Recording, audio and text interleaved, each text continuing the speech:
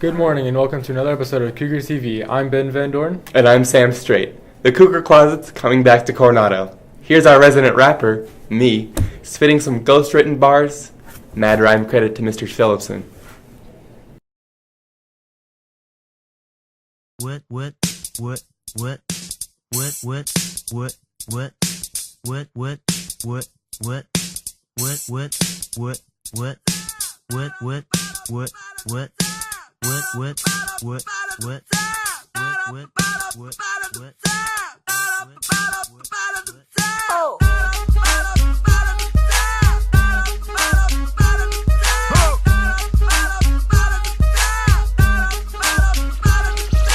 I'm gonna drop some bags and I've got $0 in my pocket.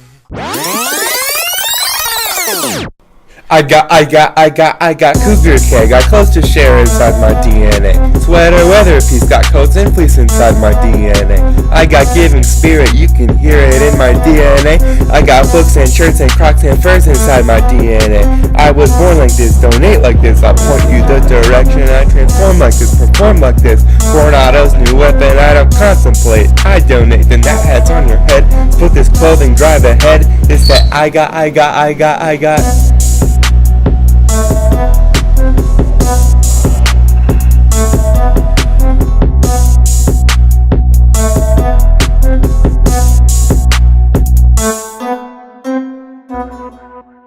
I could feel the heat emanating from that microphone. Someone's got to sign that man ASAP. In a humanitarian effort to help the Texas victims of Hurricane Harvey, Coronado's taking on the Sock It To Him Sock campaign, running through Friday. Bring any new kind of socks to Miss Hafley in room 254. Socks will be collected by team color, and the winning team will get to pie Miss Hafley in the face. Now here's Sam with sports. Boys soccer beat Pueblo East 3-1. Boys tennis lost to Pine Creek 4-3. Volleyball beat Cheyenne Mountain 3-0. Softball lost to Pine Creek 21-4. And football lost to Pueblo South 49-7. Our boys golf team is almost done with their season, and it sounds like they've been doing pretty well. We sent this week's sports correspondent over to take a look at what they've been up to. Hey, it's Alex Johnson here. I'm out here at the Kissing Camels Golf Club and Resort checking out the Coronado golf team. Let's go take a look.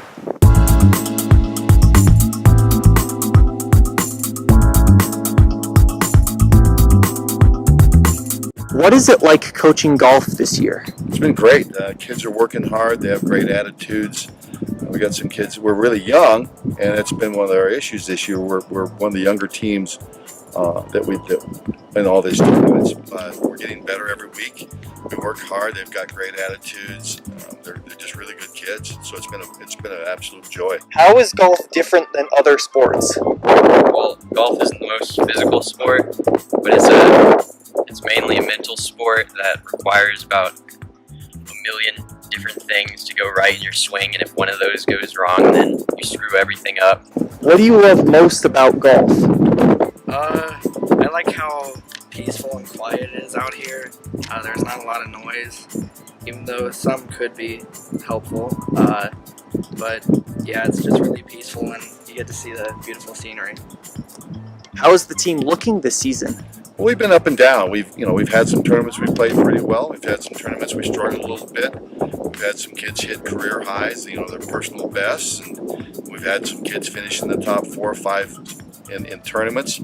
And then our youth every once in a while gets to us, and we struggle a little bit on some tournaments depending on what tournament we're in. But overall, I thought we've had a pretty good year. We have practices every day here at Kissing Camels, and we have about 1 or 2 meets every week. Golf is important to me this year because really come out here as a team and just have fun and compete. Why is golf important to you this year? Golf is important to me this year because this is my freshman year, so I'm hoping that maybe in a couple of years I can improve on my golf game and maybe make it to state one year. What are you looking forward to most this season? Well, we're almost done, so we're starting to look forward to next season. We're looking forward to getting these kids better as golfers, keep them working hard, keep them playing in tournaments in the off season. getting them through the summer, and looking forward to actually getting after it next year. I think we're going to be pretty good next year.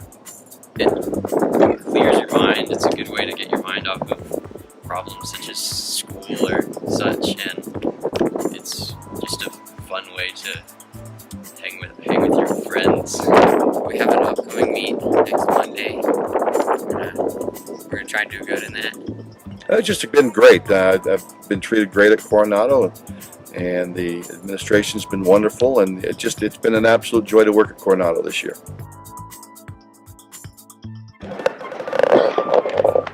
Wow, that was a lot of fun. Make sure to go check out some of their golf tournaments. Now, back to you guys. Thanks, Alex. Our golf team is doing great this year. Be sure to go support them at their tournament. Let's go, Cougs! With the new year at CHS comes new poets.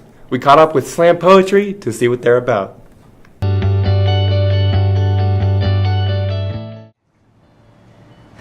Poverty, the state of being extremely poor, also known as destitution, beggary, or hardship. Poverty is not expecting the public to pay your bills with the sunken treasure change at the bottom of their deep-sea pockets. People should join slam poetry because it's an amazing opportunity for kids to express themselves, to tell their stories in their own way, to get their opinions about important social issues heard. It's a community that is not just about writing, but it's really, slam poetry is about telling your story, telling what you think about the world that you live in. But beyond the writing and the performing, it's also about listening to other people in the community and sharing the stories. On October 2nd of this month, or this year, I have organized an event where it's all districts, so we take about 40 kids from each of the 4 major high schools. So Coronado will represent, Palmer will be there, Doherty will be there, and Mitchell will be there.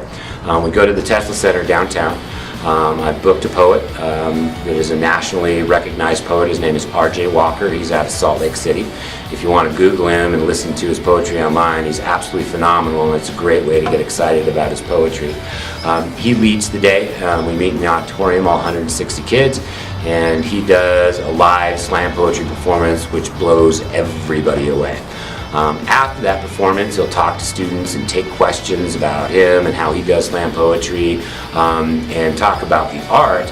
And then he'll lead all 160 students in a writing prompt where all 160 students will have about 45 minutes to an hour to write their own original slam poem piece.